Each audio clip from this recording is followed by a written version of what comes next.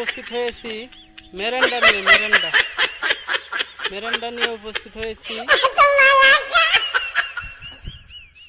আমাকে ভালোবেসে আমার বন্ধুরা কেউ বলে বাংলাদেশের জুনিয়র শাহরুখ খান, আবার কেউ বলে জুনিয়র শাকিব খান, আবার কেউ বলে দিগবাজি খান, আবার কেউ বলে ফেসবুক স্টার, আবার কেউ বলে টিকটকার। কিন্তু আমি নিজেকে একজন সাধারণ প্রবাসী মনে করি। আমি নিজেকে কিছু মনে করি না।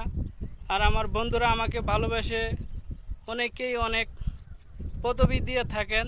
তো আমি তাদের প্রতি আমার আন্তরিক ভালোবাসা ও শুভেচ্ছা। আমাকে এইভাবে আপনারা সাপোর্ট করে যাবেন, ভালোবেসে যাবেন।